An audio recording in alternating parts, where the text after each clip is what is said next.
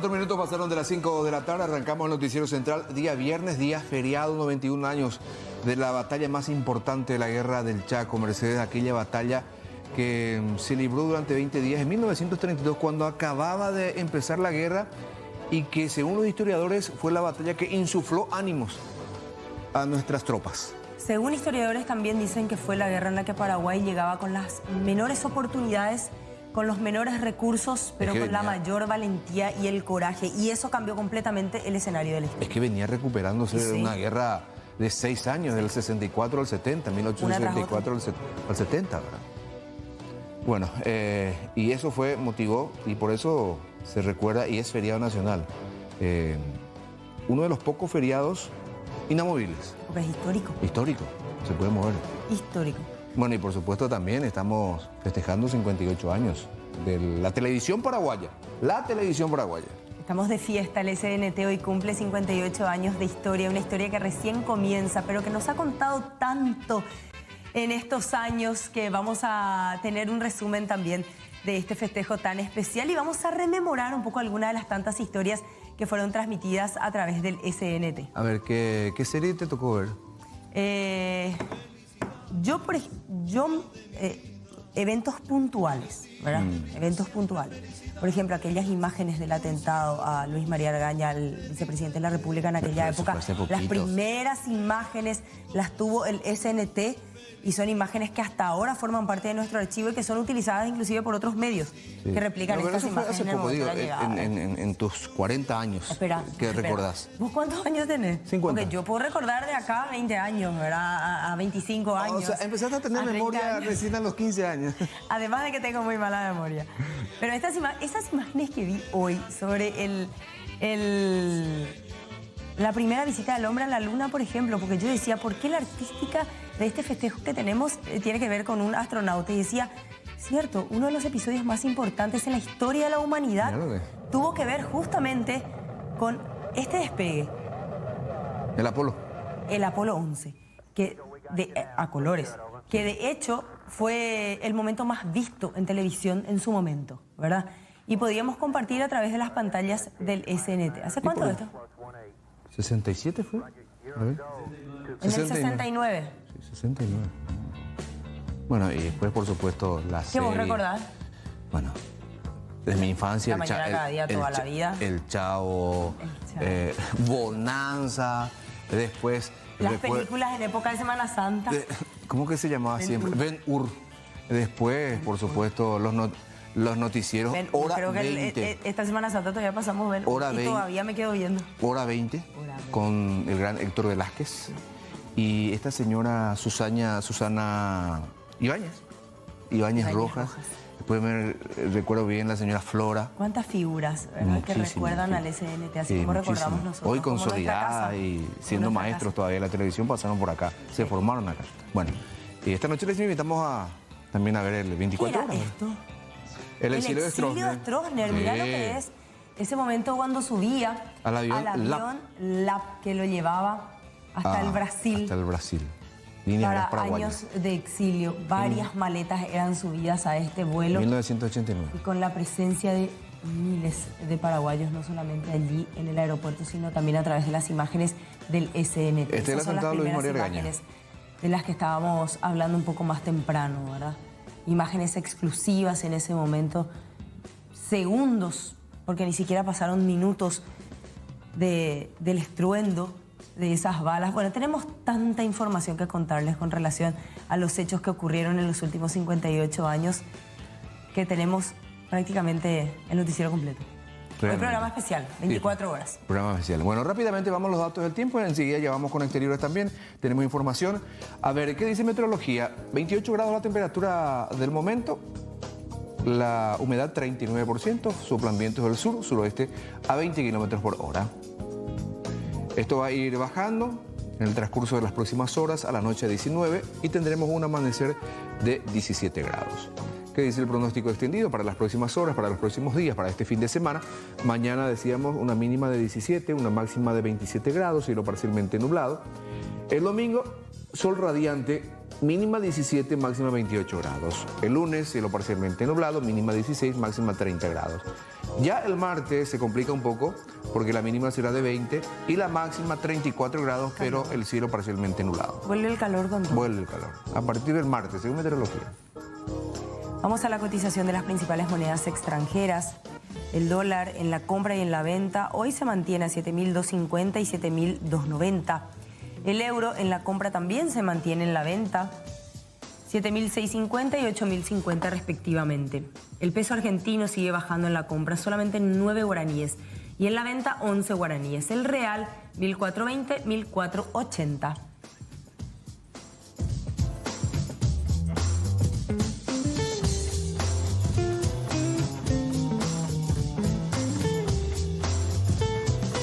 Vamos a contactar con Leila Jiménez, quien está ya en compañía del nuevo responsable de la granja Coepuajú, de donde se puede decir fugado, evadido.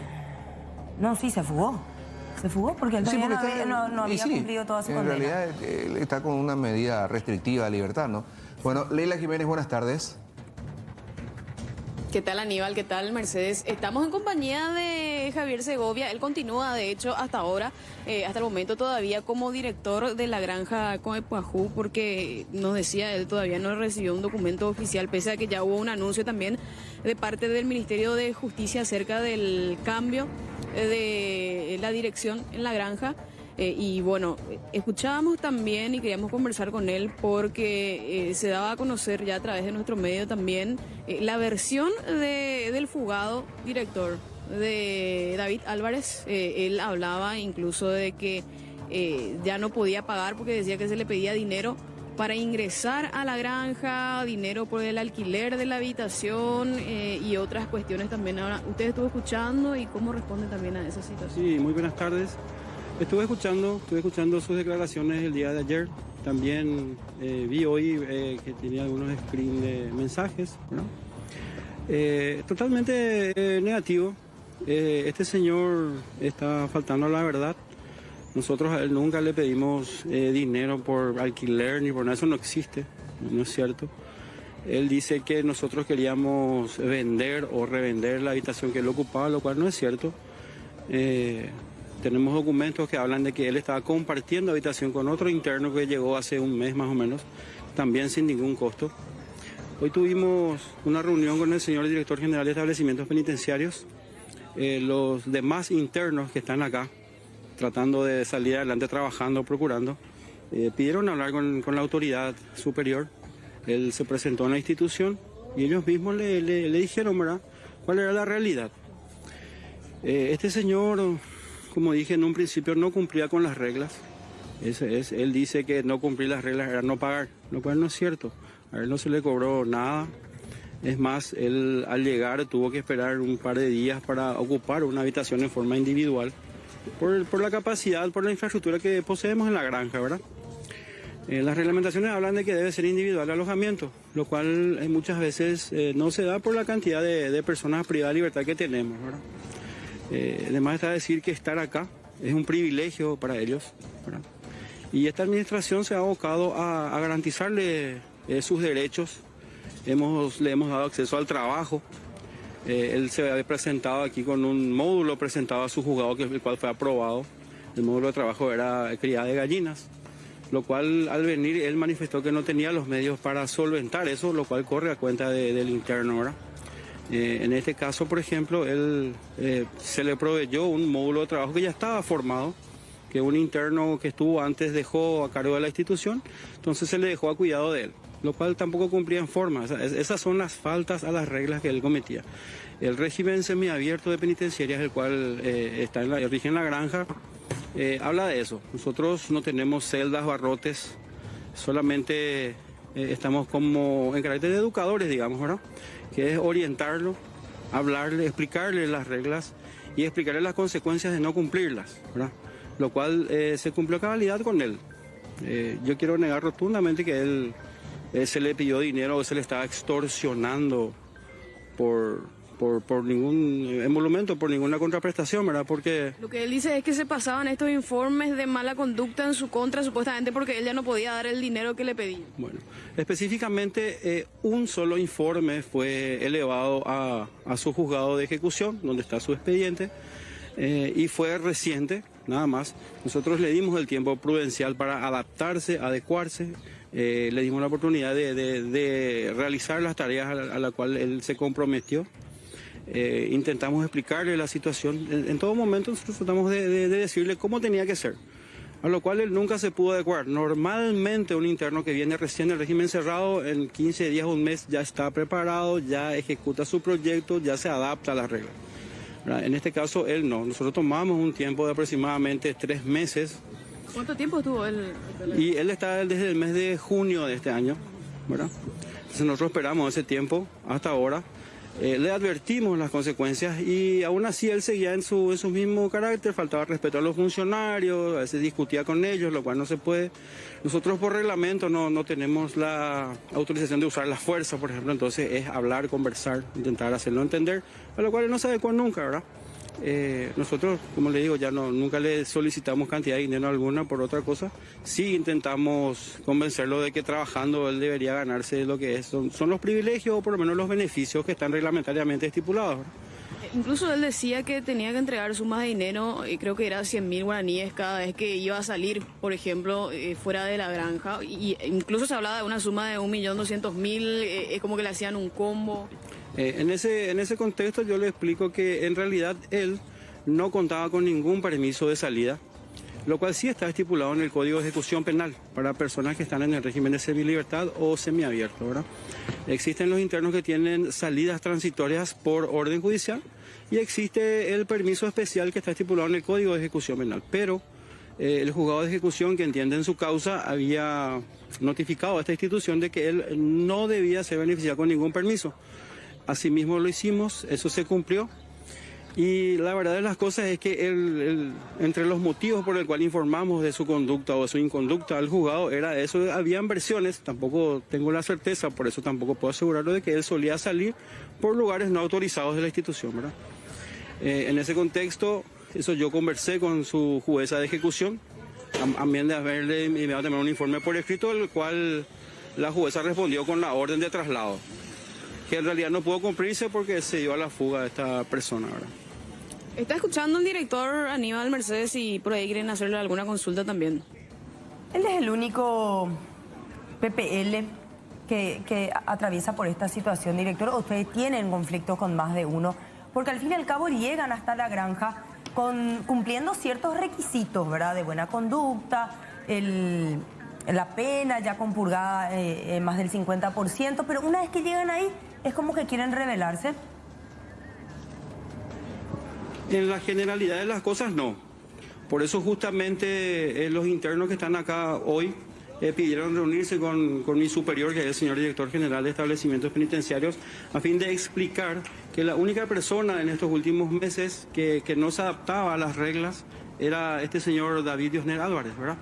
Porque acá todos están trabajando, todos están procurando, algunos con más ahínco, algunos con menos, pero como manejamos personas, trabajamos con personas, pero en su generalidad todos trabajan, todos están procurando, algunos estudian, tenemos gente que está cursando carrera universitaria, tenemos cursos del SNPP, tenemos un ingeniero agrónomo que viene a dictar cursos acá sobre agricultura, horticultura.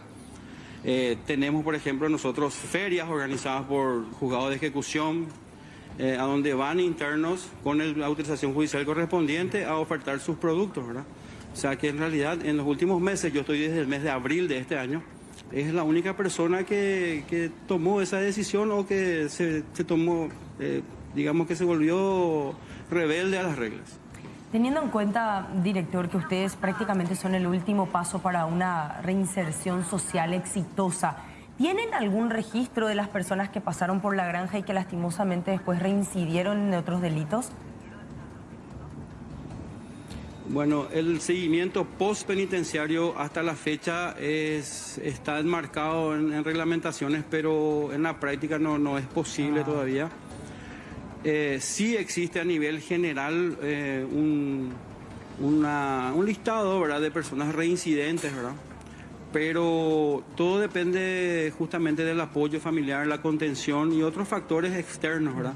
El que tiene una oferta de trabajo al salir es la persona que normalmente ya no regresa, ¿verdad? ¿Y tienen ofertas ya al salir? Cursando justamente. Sí existen. Eso hay pruebas, eso sí hay registro. Los juzgados de ejecución mismos, a la hora de otorgar la libertad condicional, por ejemplo, solicitan una oferta laboral de una empresa bien constituida. Y sí, existe. Hay muchísima gente que sale ya de acá con trabajo. Si hay algo que destacar realmente es la limpieza y el orden que tiene la granja. Es siempre así, ¿verdad? Imaginamos, no solamente ahora que se van las cámaras. No solamente ahora, en realidad, bueno, yo le puedo hablar de mi administración, ¿verdad? Sí. Justamente como el régimen se rige por la autogestión, la autodisciplina, ellos tienen que demostrar que ellos mismos pueden hacerlo, algunos lo hacen con sus propios medios, también tenemos apoyo de nuestra institución, nos brindan materiales y otros elementos, y bueno, sí se puede. Acá mi forma de administrar esto fue hablando con los internos, yendo, en vez de dirigir desde un pedestal, yo iba hasta donde ellos estaban, ayudaba en el trabajo, guiaba, orientaba, y cuando no estaba dentro de mis conocimientos pedía ayuda, porque tenemos acá también profesionales como ingenieros agrónomos, abogados, tenemos un buen equipo, ¿verdad? Desde esta administración justamente es lo que ellos quisieron manifestar el día de la fecha, pero bueno, no se pudo, ¿verdad? Pero sí, siempre está limpio, ordenado, organizado. Hemos conseguido un sistema de riego hecho por ellos mismos y un montón de otras cosas. Gracias, director, por su tiempo. Gracias, Leila. Muchas gracias a ustedes.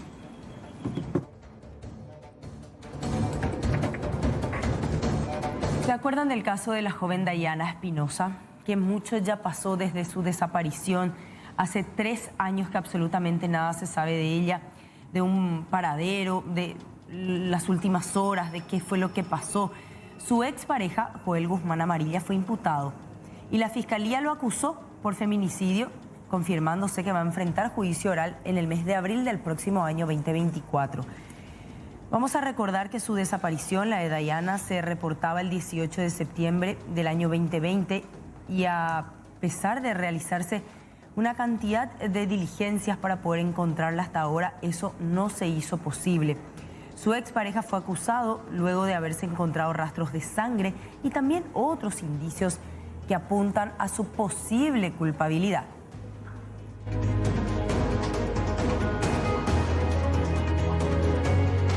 Vamos a mirar este decreto del Poder Ejecutivo que actualiza los precios del boleto, del pasaje. Fíjense, el artículo primero actualiza el precio del boleto y también del subsidio que van a recibir los empresarios. Pero sobre todo acá lo relevante es el subsidio mejorado para los empresarios del transporte. O sea, se le paga más en concepto de subsidio ahora. Artículo primero. Mantiénese. Qué feo suena. Manténgase el precio del pasaje del transporte público de pasajeros del área metropolitana de Asunción en 2.300 guaraníes, servicio convencional. Y el servicio diferenciado, el que se supone tiene aire, 3.400 guaraníes, montos que deberán ser abonados por cada pasajero por la prestación de cada tipo del servicio del transporte público. Artículo segundo. Establécese el reajuste de las tarifas del transporte público de pasajeros del área metropolitana, quedando establecida en guaraníes 4.572 guaraníes para el servicio convencional y 5.467 para el servicio diferenciado. Vamos a hacer el cálculo. ¿Qué cálculo? La diferencia. A ver, el convencional, el precio del convencional es de 4.572 guaraníes. Sí. Menos 2.300, ¿verdad? 2.300. Que es el que paga el pasajero. Sí, 2.272 guaraníes. Y esa es la diferencia. Es el subsidio. Esa diferencia la va a pagar el Estado. O sea, paga más el Estado en concepto de subsidio que el funcionario por cada pasaje. Sí, por pasaje. Sí. A ver, vayamos al servicio diferenciado. El supuesto vehículo 5.467 menos 3.400. 2.067. Sí. El subsidio es menos ahí. Sí. El subsidio del Estado. ¿Por qué? Esas son las tablas, las estructuras de costos a las que nunca pudimos acceder y nunca vamos a poder entender, ¿verdad? Entiendo que el servicio diferenciado tendría que ser más costoso, ¿verdad? Porque utiliza el mismo combustible. Pero de hecho, tiene utiliza más porque el consumo con el aire acondicionado es mayor, ¿verdad? es mayor. A ver, ¿qué dice? Hay un artículo más. Artículo 3º. Ahí está lo que nosotros estábamos haciendo el cálculo. En el artículo 3º. Pero bueno, está bien. Sí, hay que hacer trabajar un poco, ¿no? Hay que hacer trabajar. Bueno, determínense los montos a ser tenidos en cuenta para el régimen de subsidio. Como decíamos, 2.272 guaraníes para el servicio convencional y 2.067 para el servicio diferenciado. Ahora, en el artículo 5 dice... No, el artículo 4, mira, Mercedes. A ver. Establécese el reajuste de las tarifas, quedando establecida en guaraníes 4.000 para el servicio convencional, para el servicio... Pero esos pasajeros del área metropolitana. Corresponde al mes de mayo del 2023. Sí. Pasajeros de área metropolitana. Y después dice, para el régimen de subsidio queda de la siguiente manera. Para el servicio mes de mayo del 2023.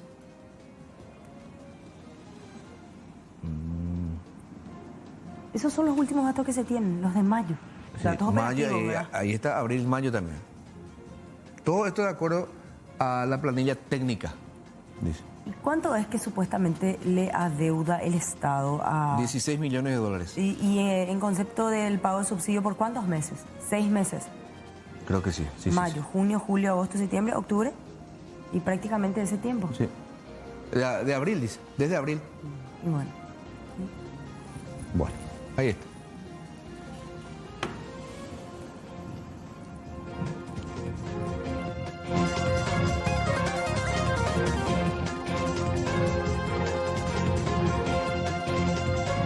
Bueno, la idea es organizar un poco el tránsito en una de las arterias que tiene mayor circulación, sobre todo en horarios picos. Hablamos de la ruta Traschaco, porque ahora el Viceministerio del Transporte, encabezado por el señor Guido Benza, que plantea que se implemente un carril exclusivo en un solo tramo de esta ruta, específicamente entre el desvío de Remanso y el túnel Semidey. O sea, desde el puente hasta Semidey, hasta Mercedes, pasar la Expo, toda esa zona. Eso ya se había implementado, recuerdo en el anterior. Se supone que cuando se inauguró la Traschaco era así. Durante la administración Cartes, se había implementado cuando el señor Encina era el viceministro de Transporte. Y no solamente el carril exclusivo, Aníbal, sino también las paradas designadas para que no paren en cualquier lado. Y ¿saben qué? Todos nos metíamos en el carril exclusivo de buses. Y buses también que se metían en los carriles para vehículos, digamos, de particulares. Bueno, la idea es que se tenga un mejor viaje en menos tiempo, con mayor calidad, así también más organizado este sistema y que sobre todo la frecuencia sea precisa. Porque ¿qué pasa? Al tener un carril exclusivo se supone que el tiempo calculado es mucho más exacto, porque si no se tiene que meter en el del tránsito común y allí es donde cuesta establecer bien los tiempos. La implementación de este proyecto va a requerir la articulación de trabajos con representantes de los municipios de Mariano Roque Alonso y de Asunción. Pero ojo, gente, ¿quiénes son los primeros que por lo general no respetan el carril exclusivo? Los mismos buses, porque ellos se quieren adelantar. Uno para, el otro no quiere esperar atrás. Sí. Ya se tira a la izquierda y se adelanta. Y después se vuelve a meter un poco más adelante. Por eso es que los buses tienen que respetar, tienen que parar la marcha en las paradas habilitadas y no en cualquier esquina, no donde el pasajero le toque el timbre nomás. Bueno, ¿cuánto estamos haciendo en esta imagen? ¿Cuántas cuadras? ¿Dónde está la parada habilitada? No. La parada obligatoria, Ni ¿se por cumplió eso cuánto? ¿Se cumplió cuánto? Parada no va a estar, la parada no va a estar acá a 100 metros, Mercedes. No, no te digo que esté a 100 metros, justo acá no hay nada de luz, ¿verdad? No te digo que esté a 100 metros, pero la parada tiene que ser la correcta, tiene que estar en un lugar estratégico con una línea peatonal enfrente, que tenga una cubierta en la parte superior para que la gente no se moje, que no sea un lugar inundable y que tenga el espacio suficiente para que en hora pico te entren 50 personas. Y sí. Y el calor, bueno, si se puede climatizar, ya no es mucho pedir, no sé. Capaz que ya estoy muy exigente, pero si se puede climatizar. Enseguida te van a robar tu aire.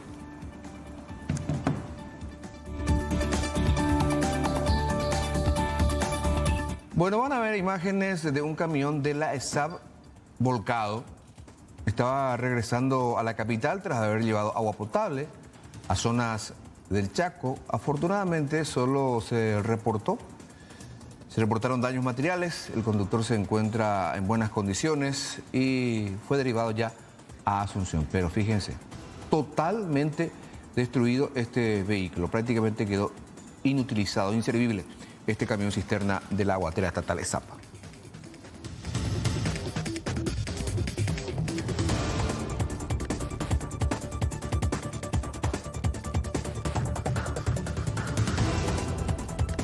Bueno, ya empiezan los cambios, teniendo en cuenta que se adelanta una hora el día domingo. Vamos a dormir una hora menos.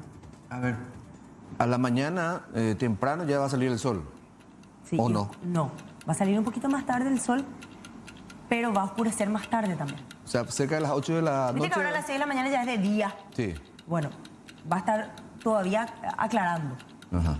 Y a la tarde, allá por las 7, 7 y media, recién va a estar... Va a ser de día todavía. 7 y 7 y media va a empezar a oscurecer, atardecer. sí. Se adelanta la hora en todo el territorio nacional. Entra en vigencia oficialmente el horario de verano. Se adelanta, dijiste, ¿no? Se adelanta. Bueno.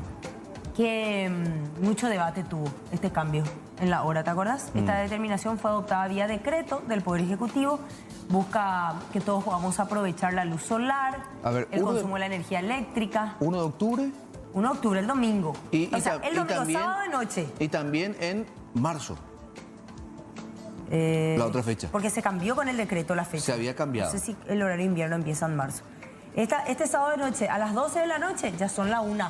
No, en abril las. En abril. Cada 6 meses, pues. El siguiente cambio. Que volvamos a atrasar o retrasar los relojes. Bueno, a tener en cuenta entonces, no nos quedemos dormidos. Si tenemos un teléfono inteligente, ya automáticamente se cambia. O sea, ¿verdad? si estamos, Pero digamos, si tenés todavía el reloj a la analógico, medianoche... ya son la 1. Menos Por eso te digo que vamos a dormir menos. diversión. Hay que irse ya a la casa, hay que dormir ya. No, pero si la noche recién empieza. La farra va a terminar antes, pero esa noche nomás. La noche siguiente ya tenés otra vez para recuperar.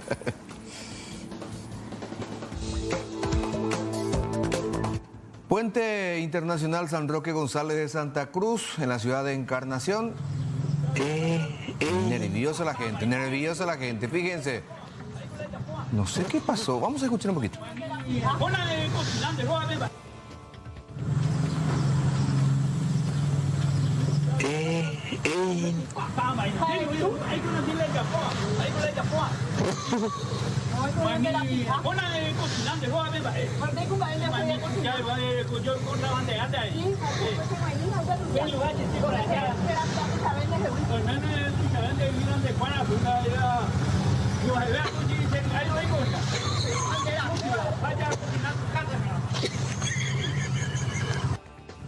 Güey, ¿qué le dijo?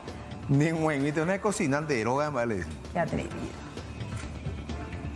Bueno, Es la típica reacción. se ligó un vasito de agua. No, un hopi. Bueno, Hopi entero.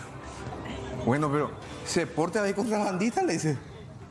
El hombre. lo que pasa es que esa es la zona en donde por lo general se suelen meter y que las filas son largas. Sí. Y nos falta el que se mete en la fila En y la genera el fila. repudio de los que están hace Por horas esperando, supuesto. ¿verdad? Por supuesto. ¿Y qué es lo que le quiere decir con que vos sos contrabandista igual que yo, Che Porter? O sea, que ambos son. Y bueno, pero y entre fantasmas no nos vamos a pisar la sábana. Y más o menos, evidentemente la señora reaccionó ante una acción de este hombre. Claro. Evidentemente, nadie te va a ir a derramar agua de la nada. Esta misma situación, larga fila se vio hoy en la zona de Falcón también, de gente que quería cruzar ¿En serio? a ¿Por qué? Clorinda. Y para hacer compras, Ah, porque hoy es feriado acá, sin embargo es día laboral allá. totalmente. Y cargar de paso combustible. Claro, con el régimen de pacotilla, ¿verdad? Sí. Siempre teniendo en cuenta eso. Bueno, esto pasaba en San Roque González Santa Cruz, en el puente, en la ciudad de Encarnación.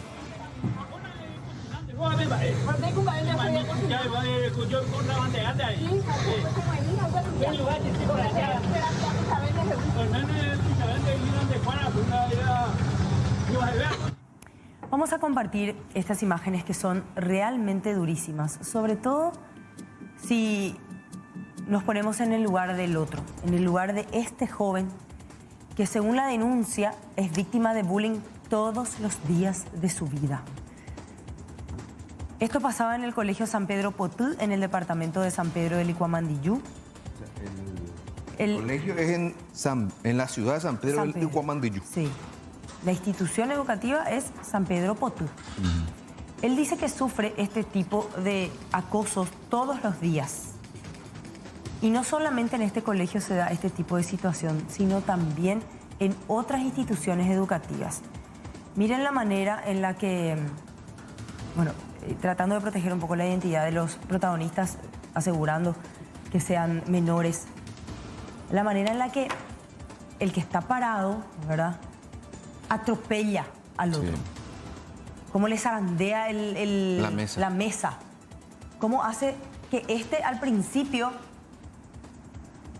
reaccione, pero después... Qué impotencia la del chico. Exacto, es impotencia total. Él es una víctima. En este caso, qué impotencia la del niño, y me imagino la impotencia que habrán tenido papá y mamá también ante este tipo de ataques al hijo, ¿verdad? Es importantísimo tener una conversación fluida, sí, hacerle entender a los adolescentes desde niños ya, desde niños. Le tiró el cuaderno, le tiró todo. Que porque vos estás bulineando a alguien, cuando vos sos la versión activa del bullying, no es que sos ni mejor líder, ni mejor persona, ni mejor estudiante, al contrario, ni mejor amigo, ni mucho menos. Al contrario. Y lo que potencia al bulineador es la inacción del resto. Sí. Porque si todos reaccionasen ante una acción como esta, yo te puedo asegurar que no va a repetirla, no va a hacerla otra vez. Pero no, todos le miran, graban y dejan que el otro termine siendo el ofendido y el abusado.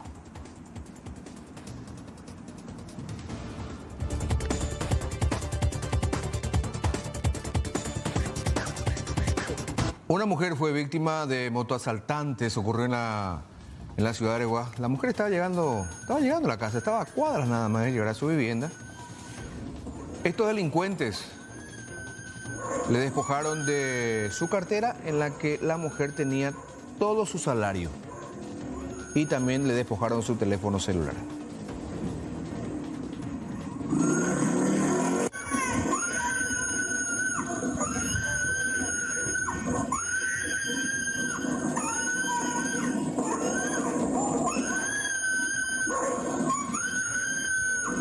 Se escuchan los gritos de la mujer. ¿De auxilio? De auxilio, pedido auxilio, y simplemente ya cuando los motoasaltantes salen del lugar, ahí están los delincuentes. Pero alertó a todos los perros de la cuadra, empezaban a ladrar, los vecinos también la habrán escuchado porque es un grito desgarrador. Sí, totalmente.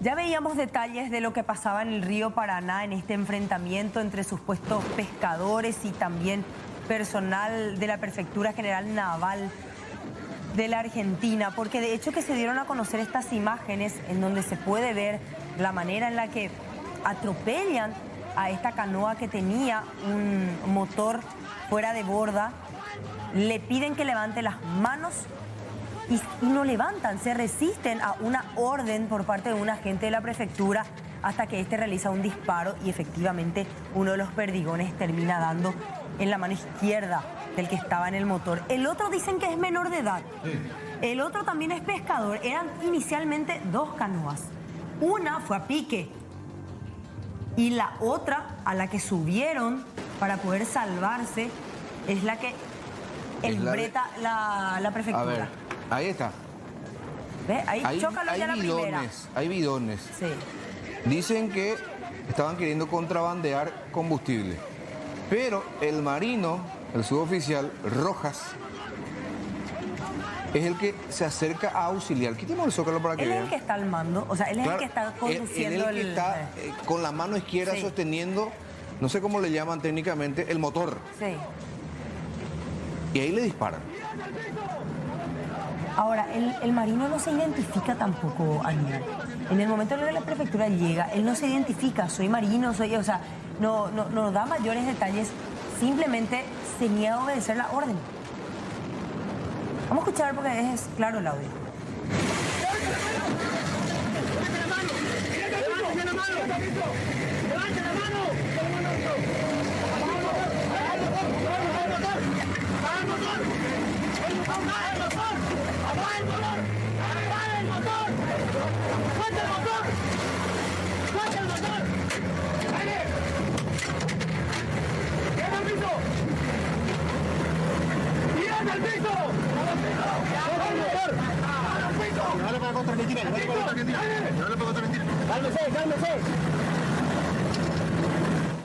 Las indicaciones fueron muy precisas. Primero levanten las manos. Sí, pero suelten el motor. muy corajudos. 5 armados. Sí. Contra una persona que estaba desarmada. Eso sí. Que ni atinó siquiera a meter la mano, no sé, bajo la campera, bajo el abrigo. Quedó inmovilizado prácticamente. Está inmovilizado él. Y el otro es evidentemente por el rostro, un menor de edad. Sí. El prefecto general naval contraalmirante Lucio Benítez dijo que ellos estaban haciendo un trabajo de inteligencia. Sí. Hoy el ministro de Defensa, Mercedes, ratificó que este personal paraguayo estaba haciendo trabajo de inteligencia, que fue asignado, que hay orden de trabajo para el efecto. Ellos estaban trabajando en una embarcación sin identidad en aguas del río Paraná. Y reiteró que él fue al auxilio de esos 2 pescadores. Sí, porque en ese trabajo que Fíjate estaba cómo se está hundiendo realizando, ya. escucha el pedido de auxilio de pescadores que ya tenían el agua muy adentro en la canoa. Entonces él socorre, deja su trabajo de inteligencia, socorre a ellos cuando es interceptado por la prefectura argentina. Ahora digo, ¿para qué el disparo? ¿Por qué cuando son, a ver, ¿cuántos son? 4, 5 son. ¿Por qué no abordan el bote y los apresa a todos? 1, 2, 3, 4 se ven en imágenes, más el que está grabando. Sí. O evidente que tiene una cámara encima del casco, ¿verdad? Por la altura de la imagen. Aparentemente, son 5. Y los otros son 3, ¿verdad? Un Mitaí, entre ellos. El tercero es un Mitaí. Esta no es la primera escaramuza que se genera en aguas del río Paraná. Y por lo general, la acción y la reacción de los agentes argentinos suele ser bastante exagerada. Sí, desmedida. Sí.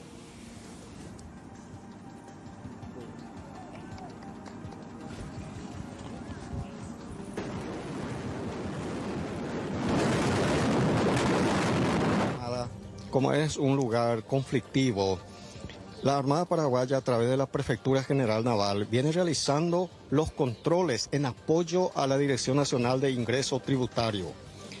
Se ha habilitado una habilitación rápida, simplificada de despacho, de lo que se llama TBF, para toda aquella persona que quieran traer mercaderías en pequeñas cantidades.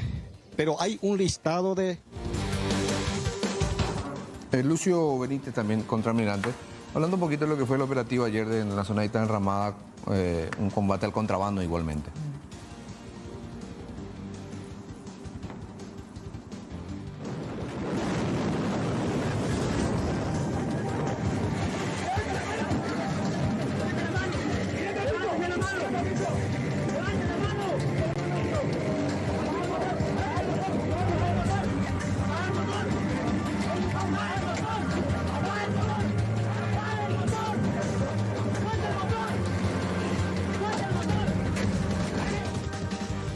Bueno, este feriado tuvo en las calles muchísimo tránsito en diferentes puntos del país, nada tranquilo. El día de hoy, viernes 29 de septiembre, hubo un accidente de tránsito. Aparentemente, uno de estos conductores no respetó el semáforo que estaba en rojo y chocó contra otro vehículo. Hubo lesiones en los ocupantes, afortunadamente nada de gravedad, pero así quedaba el vehículo completamente destruido en la parte frontal. Este vehículo que aparentemente fue a parar inclusive contra la columna, porque mira cómo está así, bien golpeado en la parte frontal. Todo el mecanismo de seguridad se activó, se abrieron los airbags, un vehículo relativamente nuevo. Lo más preocupante del caso, había niños en el interior de uno de los autos.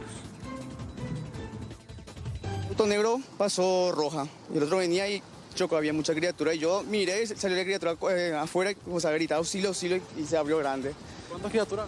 Y en el otro auto había uno con su papá y en el otro había 3 criaturas. En ambos vehículos habían... Sí, había criaturas, exactamente. Y yo vine corriendo ¿Y el negro habría cruzado? el negro pasó luz roja. ¿Entendés? Y ahí yo vine y le ayudé a la criatura eso. Comenzaba a gritar y el que estaba en el otro auto se abrió grande. El semáforo está funcionando, entonces... Sí, estaba funcionando normalmente. ¿Y el negro cruzó por...? Roja, este lado. Y el otro venía de este lado. Sí. El negro entonces venía por Fernando Lama. Sí, exactamente. Exactamente. ¿Y personas adultas? Y estaba con su mamá la otra de la criatura, eran dos nenas. Y eso les asustaba, una lo que se golpeó más su pierna. ¿Cuántas personas iban en el negro y cuántas? En el negro había la mamá y 3 criaturas. ¿Entendés? Y en el otro auto había un nene y eso es lo que se abrió enorme su cara. Y el señor su pie se golpeó muy mal. El amarillo, entonces llegaron la peor parte. Sí, la peor parte, el amarillo. Lo que manejamos es que 2 vehículos chocaron en esta intersección, dejando 3 víctimas heridos, 2 menores de edad, un adulto. Se procedió a estabilizar primero a las personas que estuvieron afectadas y después, posterior a eso, a liberar la calzada. Un vehículo tuvimos que mover al otro carril para poder liberar bien. Se trabajó en conjunto con el personal de SEME, que a la vez solicitaban apoyo de un móvil pediátrico para poder derivar a los 2 menores que fueron afectados por el choque. ¿Hubo peligro de incendio? Peligro en sí de incendio no, pero siempre es un riesgo, ya que en los accidentes vehiculares siempre hay pérdida de fluido y demás por los vehículos. ¿La gravedad de los heridos en este caso? La verdad que no son de muy gravedad, pero son 2 menores que fueron afectados por el impacto, ¿verdad? Más que nada para poder ver y salir de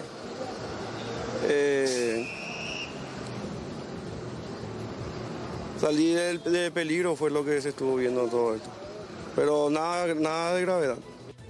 Bueno, vamos a hablar del tema del momento, las casas, y van a ver ustedes imágenes, las casas ya construidas. Esta es la más modesta, la que están viendo ustedes.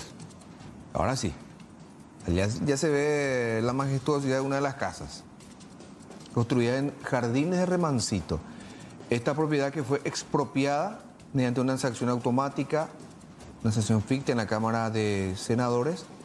Hay que ver si el presidente de la República veta, ya lo dijo Basilio Núñez, el proyectista, que va a pedirle al jefe de Estado que vete este documento bastante polémico. Ayer en Mercedes hablábamos de 132 hectáreas. En realidad el proyecto, estuve revisando, habla de 20 hectáreas. De la expropiación en sí. Sí, 20 hectáreas. 20 hectáreas. Habló el ministro Oscar González, ministro de Defensa Nacional. Entre otras cosas dijo, fue el anterior ministro el que le dio su ok para expropiar estas tierras. Yo no tengo nada que ver. Eso sí, dijo, yo tengo otro criterio y me interesaría que el Ministerio de Defensa acceda a recursos para fortalecer a las Fuerzas Armadas. O sea que, en otras palabras, él no se opondría eventualmente a que se vendan y poder recaudar de esa manera. A precio de mercado. A precio de mercado, pero estamos hablando de la propiedad más chica, vale $500.000. Esta es la más modesta. Como diríamos, vea la Ipirilibea. Sí, pero eso prácticamente es un... Acá lo que tiene el valor es la propiedad. Sí. Fíjate lo que es. Fíjense. Lo que está valorizada es la propiedad. Ni siquiera la construcción. Y un poquito más, sí. Ahí el río, esto es lo más cercano posible al puente es esto. Si nos alejamos un poquitito más, está la náutica y hay otra cantidad de propiedades del otro lado que son... 18 más o menos que son más importantes que estas, ¿eh? Sí, totalmente. Y vamos a ver qué pasa. El ministro, los periodistas le insistieron bastante. Usted va a pedirle al presidente que vete. En el momento momento en el que asume, nos solicita: pásame la lista de las propiedades, pásame la lista de los... con lo que contamos, qué tenemos, qué nos falta, qué hacemos, ¿no? Hace un relevamiento completo, una auditoría total. ¿No? Tendría que, ¿no? Bueno, y se le preguntó si va a sugerirle al presidente que vete, dijo: yo no quiero meterme en eso, es una decisión del presidente de la República. ¿Qué va a hacer con estos invasores? Le dijo la colega. Es que son. ¿Cuál es la diferencia No, son entre los que están en zonas ribereñas Son y ocupantes, digo, no son invasores. No son invasores, son ocupantes. Son ocupantes. Bueno, este O sea, es el la mapa. gente del Bañado Sur, la gente del Bañado... ellos son ocupantes también, entonces. Y sí, ocupan el lecho del río. Bueno, vamos a escuchar al ministro Óscar González, ministro de Defensa Nacional, y después vamos a ver si pueden usucapir o no a esta gente. Y después le contamos que decidió ya Fernando Camacho, presidente del Partido de Encuentro Nacional, y que trabaja en una binacional y quería hacerse de un pedazo de tierra Que pública. figura en la lista. Figura en la lista. Figura en la lista, admitió él. Bueno, escuchemos al ministro. El dictamen al que alude el señor senador Núñez, el parecer del Ministerio de Defensa, data de agosto del 2022. O sea, usted no está de acuerdo como él estaba mencionando, ¿no? Porque está diciendo que usted ya está de acuerdo con ello. Eso le digo, ese dictamen al que él alude es de agosto del 2022. Yo no participé de ese dictamen. ¿Y cuál es la posición suya respecto Es lo que dije, como ministro de Defensa, yo tengo la obligación de precautelar los intereses, sobre todo de las Fuerzas Armadas. El Ministerio de Defensa, Fuerzas Armadas. Por supuesto. Al presidente que vete este proyecto de ley. No quiero pronunciar esa palabra porque es una potestad del presidente. Yo no quiero tomarme atribuciones que no me corresponden. Se advierten de lujosas propiedades que resplandecen ahí, despojando tierras de defensa. Sí, eso es lo que dicen. Y yo no quiero tampoco entrar en ese detalle, señora, como le dije hace rato, pero reitero, yo no voy a ser un ministro de Defensa que me voy a quedar pasivo ante una cuestión que pueda perjudicar a las Fuerzas Armadas. ¿Ustedes estarían en desacuerdo entonces, ministro? ¿Cómo? ¿Ustedes estarían en desacuerdo entonces ceder esas tierras?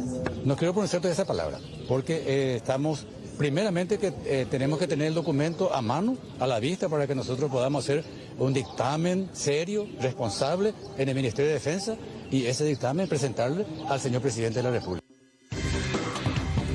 Bueno, ahí está una de las casas. Sí. Vos hablabas, Mercedes, si esta gente puede usucapir o no. A partir de los 20 años. que alegan que están hace 30 años ubicados allí. Y la ley ¿verdad? dice que podés usucapir, plantear la usucapión a partir de los 20 años. Sí. Bueno, pero el artículo 1993 del Código Civil paraguayo dice... ¿Qué dice? Que no se puede usucapir tierras del Estado, bienes del Estado paraguayo. O sea que si esa casa era invadida, porque no son ocupantes, son invasores, por otra persona al costado, y como es una propiedad privada, eventualmente, que no la es también, mi ejemplo es un poco, ahí sí esa persona le puede hacer una usucapión. Si es una, por eso te digo que si el dueño de esta casa, si el terreno estuviese a su nombre con una cuenta corriente catastral y alguien se le instala en el patio de la casa y le hace una usucapión, en ese caso sí corre, claro, porque es una propiedad privada. Entre privados es la usucapión. Se pueden usucapir los inmuebles de todo tipo de personas, siempre y cuando las tierras no sean del dominio del Estado ni de entes autónomos del derecho público. Artículo 1993 del Código Civil paraguayo. O sea que la única solución en este caso es la expropiación. Le cede el Ministerio de Defensa al municipio de Villa Ayes y el municipio de Villa Ayes le vende estas propiedades a ellos. Esa es la única figura que se puede... Esa es la única figura. Esa es la única figura. Ahí está el comunicado de Fernando Camacho. Declaro que a partir de este momento, porque ya le pidieron su renuncia a algunos dirigentes del Encuentro Nacional a la presidencia. Y Katia González, desde su partido, era la presidenta de una de las comisiones que le dio dictamen favorable a este... ¿En serio? Declaro, dice, que a partir de este momento renuncia a la solicitud sobre el inmueble en el pedido de regularización de tierras en la parcela denominada Jardines de Remancito. Dejo constancia que todo lo actuado fue dentro del Estado de Derecho, peticionando el lote en cuestión ante la existencia de antecedentes que habilitan el camino legal correspondiente, razón por la cual se trató el tema en el Senado Nacional, actuando siempre con transparencia y de manera visible. A ver, ¿Cuál es el antecedente que habilitaba el camino legal? Estas tierras siempre fueron del Ministerio de Defensa Nacional. Bueno, Aníbal, pero el hecho de que se puedan ocupar o no es de conocimiento público, en el sentido de que él dice que ahí existe la experiencia, o sea, con eso quiere decir que hay otra gente que estaba ocupando, entonces ellos también se fueron y ocuparon. Pero esa es información privilegiada, eso no sabemos vos y yo, si no yo también me hubiese ido. Pero, ¿en qué momento decir lo actuado dentro del Estado de Derecho? ¿Qué Estado de Derecho si la propiedad es ajena? Te metes a una propiedad ajena bajo ningún sentido y solicitas que sea tuya. Podés exigir o podés alegar Estado de Derecho. Sos simple y llanamente un invasor. Ahora, en este comunicado él dice que desiste de su pedido, no dice que va a abandonar la propiedad. No sé si ya tiene alguna construcción, no sé. Y al desistir tenés que abandonar, ¿verdad? Y finalmente dice, por otra parte, he convocado a reunión del Comité Ejecutivo del Encuentro Nacional a fin de tratar el tema como corresponde. ¿Qué? El presidente del Partido Encuentro Nacional siendo invasor y queriendo, a través de una ley de expropiación, hacerse de un inmueble. Santiago Peña tiene la brillante oportunidad de hacer práctico el discurso, en donde siempre dijo que se respetaba la propiedad privada. Tierras del Estado no tienen que ser invadidas por personas que no tienen una necesidad social urgente y real. Y en todo caso, si estas tierras son habitables, porque también están por debajo de la cota, por eso se hace el muro de contención, sí. Si es que son habitables, entonces es que se construyan viviendas sociales. ¿Con la mejor vista? Sí, con la mejor vista. Y bueno, ¿Por qué? ¿Por qué una persona pobre no puede tener una buena vista? ¿Verdad? Son 20 hectáreas. 20 hectáreas. Bueno, a lo mejor, como decía Mercedes, la semana que viene tenemos novedades. Ya lo dijo Basilio Núñez, que va a plantear al presidente el veto de esta normativa para que haya un mejor estudio, según dijo. Pero esto es indefendible, Mercedes. No podés vender. Estas imágenes son de hoy. Y había gente ahí disfrutando del quincho. En una de las imágenes se ve. Allá está de rojo. Es el muelle, mira. Ese muelle flotante, por ejemplo. Mira los pilares. ¿Qué significa eso? Que el agua llega a ese nivel. La altura. Bueno. ¿Por qué el Ministerio de Defensa permitió que se invadiera su propiedad? Correcto. ¿Por qué? Por ahí tenemos que empezar, por ahí, ¿verdad? ¿Cómo puede ser que se hayan realizado construcciones? Estas son casas que necesitan instalaciones trifásicas de energía eléctrica. No es que están estirando cualquier cable como una casa precaria. Estas son casas que tienen otras prestaciones, otros commodities. Entonces, ¿cómo entraron los camiones? ¿Cómo se llevaron a cabo las construcciones? ¿Cómo se hicieron las proyecciones arquitectónicas? No se puede los estudios de suelo. No se puede hablar de clandestinidad. Nunca nos enteramos, no nos percatamos que hayan estado ingresando a nuestra propiedad.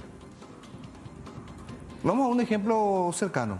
¿Te acuerdas de esa inmensa propiedad de Copaco, en Luque? Donde miles de familias fueron desalojadas, pero como perros. Como literal, así. Una dotación impresionante de policías, hubo escaramuzas, enfrentamientos, llantos, gente herida, y se los desalojó porque ocuparon una propiedad perteneciente al Estado. ¿Y aquí qué pasa? Como decía ayer Yolanda Paredes, porque tienen plata nomás, hay que cederles estas tierras y no a la gente que verdaderamente necesita.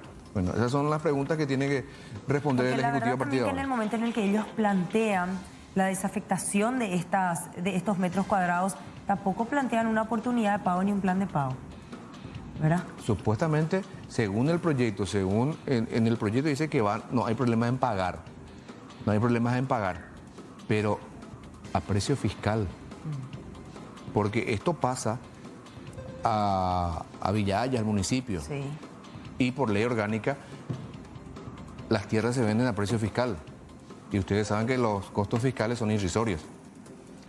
Faltan 2 minutos para que sean las 6. Vamos hasta el este del país. Elba Espinosa nos cuenta más detalles sobre este asalto. Elba, adelante. Buenas noches, seguimos por aquí sobre este asalto ocurrido en la madrugada de este viernes en el kilómetro 5,5 La Blanca. Estoy en compañía del dueño de este local gastronómico que fue realmente atacado por delincuentes anoche y de manera violenta llegaron a bordo de motocicleta y golpearon incluso al dueño y redujeron a los clientes. Pero vamos a hablar con la víctima. ¿Qué tal? ¿Cómo estás? Todo bien, buenas noches. ¿Siguen aún con el susto de lo ocurrido? Sí, estamos todos asustados todavía.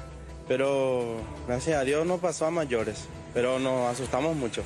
Gustavo, he visto que sacaron un comunicado. Queremos resaltar ese comunicado. ¿Qué pensaron en los clientes principalmente? Así mismo. Y los clientes más que nada se llevaron un gran susto. Y llegaron entre 4 en 2 motos. Después cuando a mí me alteraron, entramos todos adentro y ahí a los clientes ya le alteraron después directo a la caja ya. Y ahí trajo todo el ingreso del día, la recaudación y después nuestras cosas, nuestra pertenencia. Resaltaron, ustedes lamentaron la inseguridad. Así mismo, así mismo. Nosotros que trabajamos principalmente de noche estamos en una situación muy crítica porque nos arriesgamos mucho. Y somos trabajadores, tenemos mucha gente que trabaja con nosotros, depende de nosotros también. Entonces lamentamos este hecho y ojalá que no vuelva a pasar y que mejoren las cosas.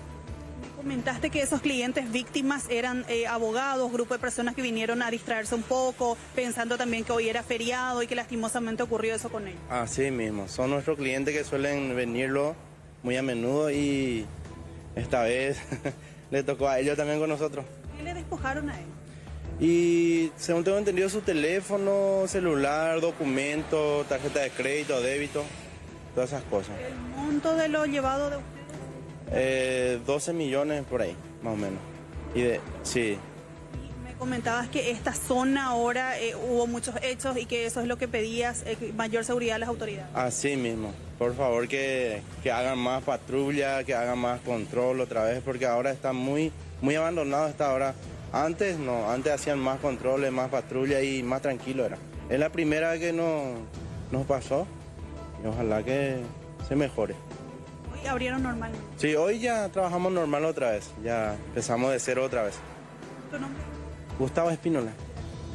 Entonces, compañeros, esta es la situación que se lamenta, la inseguridad en Ciudad del Este. Un caso más, 12 millones de guaraníes se llevaron estos delincuentes que llegaron en motocicleta, redujeron a los propietarios y a los clientes en este caso. Muy bien, muchas gracias, Selva, por estos detalles. Hasta luego. Hasta luego. Bueno, ayer les informábamos acerca de una posible mala praxis en el hospital del IPS en la ciudad de Encarnación, donde una mujer denunció que en vez de extirparle la hernia que tenía, le sacaron la vesícula. Ya el IPS abrió un sumario, el médico tratante fue apartado para una mejor investigación.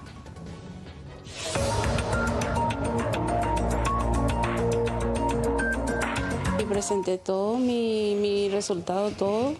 Y bueno, llegó el día que me tenían que operar y entramos en el quirófano y que al salir de ahí ya otro había sido la operación. Mi hija que estuvo conmigo todo momento se percató y tuvimos que ella reclamó y le dijo que fue de la vesícula, no de la hernia. Ni siquiera supo explicar. Solamente dijo de que sí fue un error. ¿Acá en el IPS de Encarnación fue la operación? Sí, acá en IPS de Encarnación.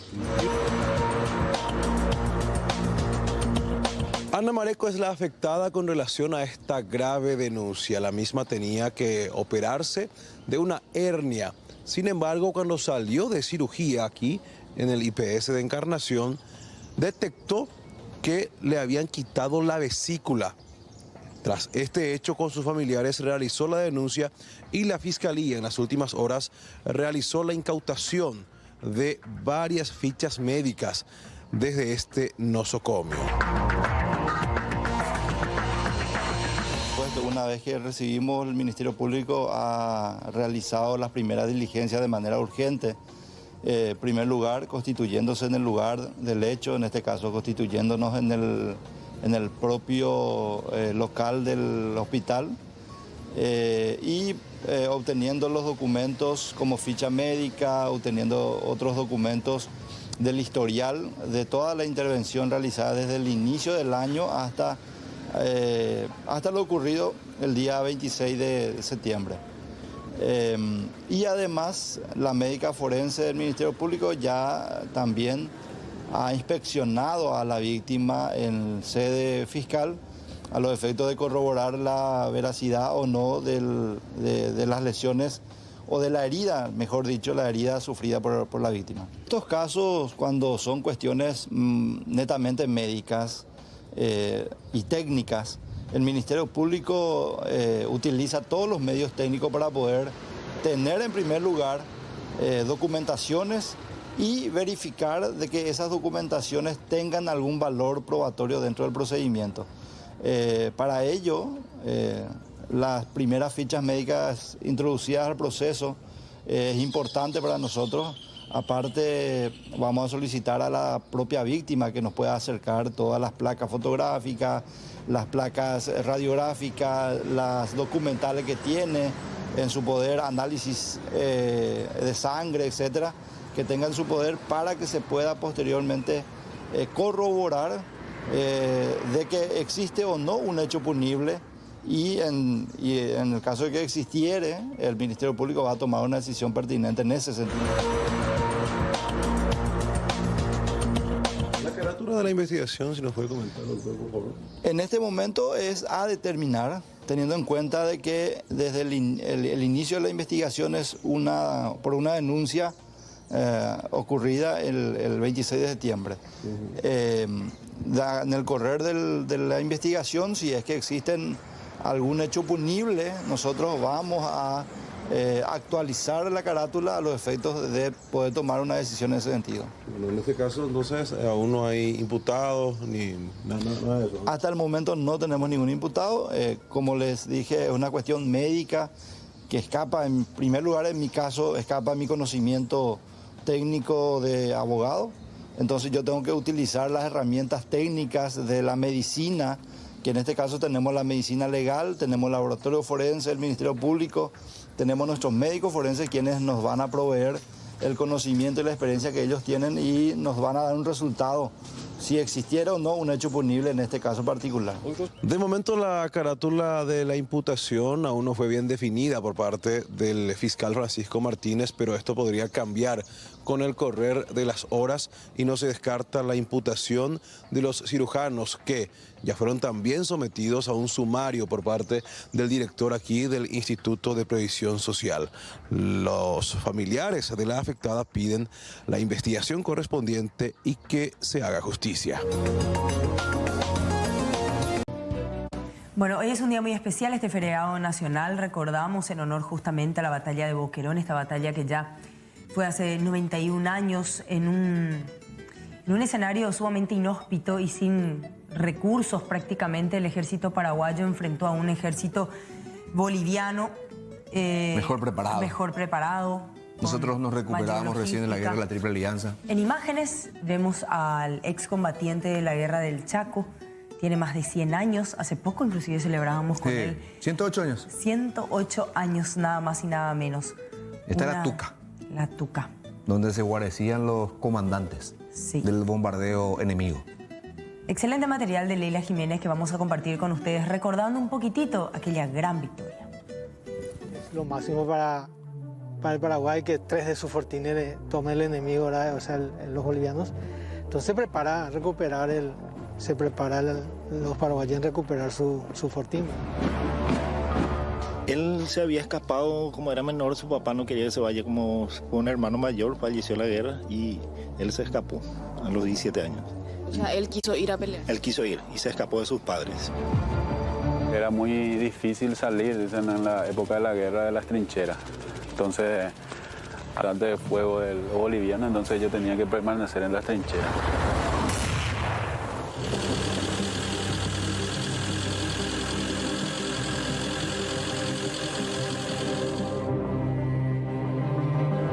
Estamos con don Carlos Agüero, él es guía de turismo, de esta zona, del Fortín Boquerón. Y bueno, don Carlos, ¿en qué zona del Chaco estamos ubicados específicamente? Estamos en el centro mismo, entre Asunción y la frontera con Bolivia, o la mitad. Es un sitio histórico, lugar de la primera batalla de la Guerra del Chaco.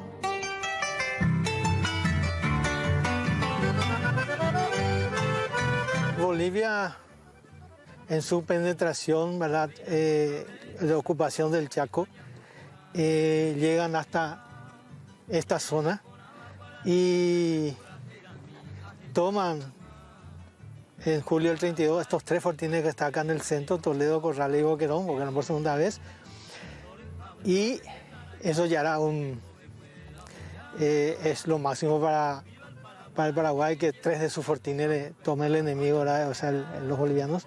Entonces se prepara a recuperar los paraguayos en recuperar su fortín, ¿verdad? Los bolivianos pretendían tomar como suyas las tierras chaqueñas, don Carlos. Sí, ellos se sentían dueñas al principio una franja del territorio, lo que es el Chaco paraguayo, ¿verdad?, pero luego todo el Chaco, hasta la confluencia del río Pilcomayo con el Paraguay, o sea, frente a Asunción, todo el territorio.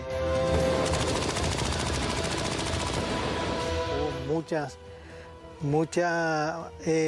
negociaciones diplomáticas, inclusive el protocolo de tratado de límites entre los dos, que no pudo solucionar el tema, y vino una guerra a poner fin a eso y fijar límites, lo que hoy conocemos.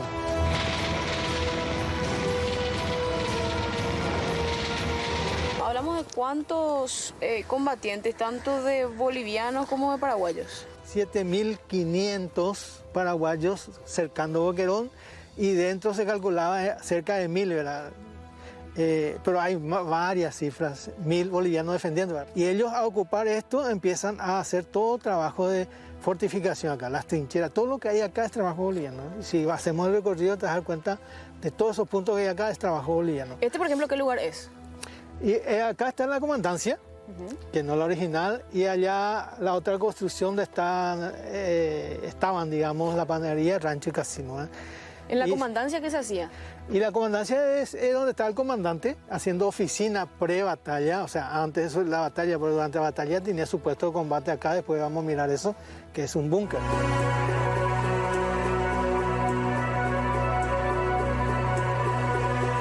Bolivia creía que Paraguay, viste que Paraguay estaba empezando a recuperarse lo que fue la Triple Alianza, venía recién la primera generación y otra vez embarcarse en una guerra. Inclusive los paraguayos mismos no creían en que se podía con un enemigo económicamente mejor posicionado, poblacionalmente mejor, entonces en número, digamos. Los paraguayos mismos creían que no iban a poder, por eso le Boquerón su importancia, porque con la batalla de Boquerón, el triunfo de Boquerón, se demostró que sí se podía con este enemigo. Por eso el feriado nacional es la única fecha durante los 3 años de guerra que hay feriado nacional, ¿verdad?, además de la paz del Chaco.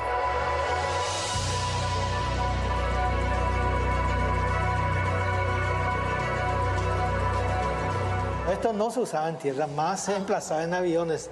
La cabina de atrás se desmantela los mandos y se colocaba esto como 2 bocas de fuego más al avión, pero una adaptación al avión, no es propia del avión. Son armas semiautomáticas, la Lewis inglés, cargador circular, creo que entra 49 tiros. Acá se cargaba. Ahí estaban los proyectiles y un sistema de acostar acá con esto. Ahí entra un proyectil y está para disparar. En esa posición ya automática el arma. Uno puede, apretando, disparar todo lo que tenga el cargador. En el avión estaba... Sí. Sí.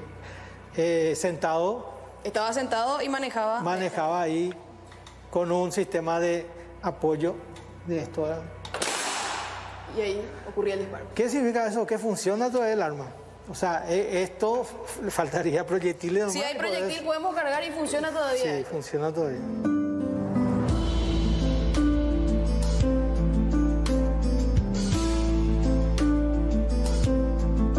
Cada 5 metros tiradores, porque a partir de acá, campo abierto. Se cerró el campo por los 91 años que ya pasaron, pero a partir de acá era visibilidad casi de 2.000 metros, 2 kilómetros de visibilidad. ¿Y los soldados entraban de este lado, los tiradores? No, ellos tiraban en su posición. O sea, caminaban ellos, pero a más de 1 metro de profundidad. Sí, sin parados para disparar. Sí, sin preocuparse ni agacharse. Y por acá se le traía al tirador lo que necesitaba, agua, comida, proyectil, y también se evacua heridos por la zanja, con camilla. Este es un árbol de samú, con esta abertura bastante particular, como verán. Acá se ubicaban los soldados bolivianos, los francotiradores, con sus fusiles apuntando hacia campo abierto para repeler el ataque de los soldados paraguayos que buscaban defender su tierra. Así que imagínense los años que tiene también este árbol.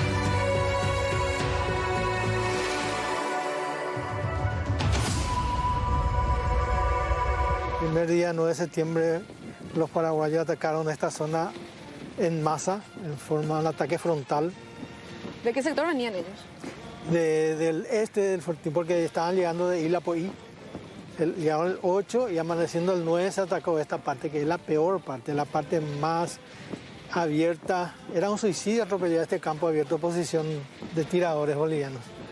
Se alfombró de cadáveres el lugar y esos cuerpos estuvieron tirados 20 días, recién el 29 cuando cae el fortín se los entierra. Es más, esos muertos seguían peleando porque sus compañeros vivos lo usaban de escudo en esta parte, apilando 6 cuerpos, 8 cuerpos, y protegerse de las balas detrás de ellos. El fortín Isla Poí, ubicado a 461 kilómetros de Asunción, era uno de los lugares claves de aquella época. Aquí se concentraban los soldados paraguayos al mando en aquel entonces del teniente coronel José Félix Estigarribia y donde se planeaban las estrategias contra los bolivianos en el fortín Boquerón a unos 60 kilómetros de distancia de este punto. Allí, además del fuego, el plan era rodear a las tropas para que de esa manera se evite que reciban las provisiones y puedan debilitarse rápidamente. Además de esto, al fondo de este punto se encuentra una laguna. De allí se extraía el agua y en camiones se llevaban hasta el lugar de combate para calmar la sed de nuestros soldados. Las paredes y los pisos de estas estructuras son originales. Lo demás ya fue refaccionado con el paso de los años.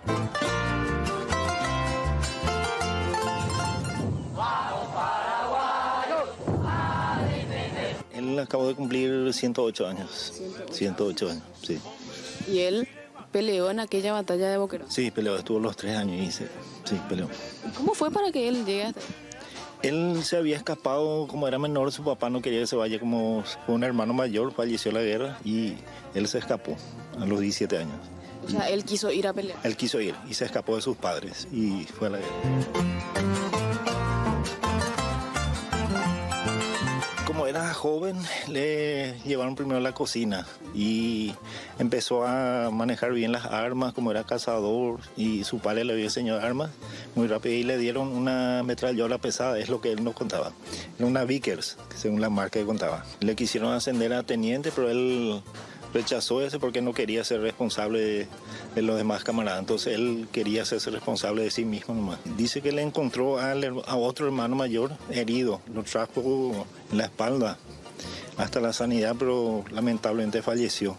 Y otro dice las apariciones de la Virgen, que se le apareció. Eso es lo que le dejó muy marcado. Y ver compatriotas de él muriendo de hambre, sed y de unas heridas.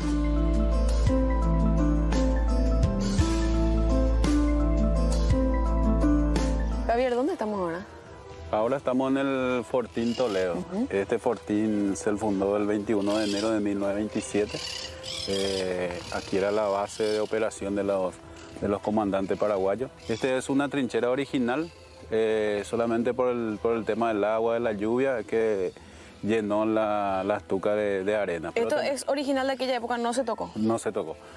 Es decir, las cabezas de aquellos comandos se resguardaban en este lugar cuando los soldados estaban peleando. Sí, las cabezas de los comandantes, porque los bolivianos tenían fuerza aérea y ellos, su misión era siempre tratar de matar a los comandantes, a los estrategas, a los jefes del ejército. Entonces los comandantes se resguardaban así en las tucas. Tuca es un animal, un roedor, que es parecido al ratón, que se encuentra mucho por acá, por esta zona. Entonces, tuco. Entonces los paraguayos le llamaban tuca. Esta es la comandancia, era tipo un almacén donde los paraguayos tenían su víveres, entonces para repartir a las trincheras. De aquí a más o menos a 1 kilómetro se encuentra la trinchera, 5 kilómetros de trinchera, y de aquí se abastecían a los soldados que estaban en la trinchera. Pues este puesto era solamente, como hace rato estábamos hablando, de los comandantes. Y había momentos en que inclusive pasaba un día y eso sin poder llevarle alimento a los soldados por el incesante fuego de los bolivianos. Y cuando cesaba el fuego, entonces los comandantes aprovechaban para enviarles víveres a los soldados que estaban al frente de la trinchera.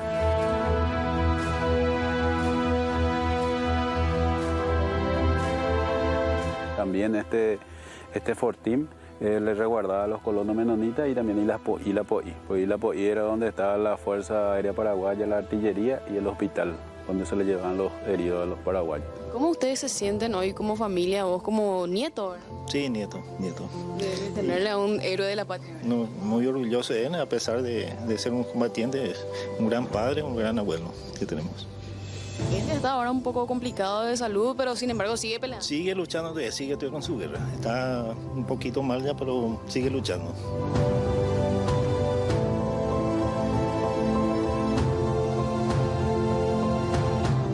Hablan de poco más de 1.400 bajas paraguayas entre muertos, heridos y desaparecidos. Y las bajas bolivianas rondan las 1.800. Se cumplen 91 años de la contienda de Boquerón, la primera batalla de la Guerra del Chaco, donde miles de compatriotas ofrecieron sus pechos de murallas para defender nuestro territorio.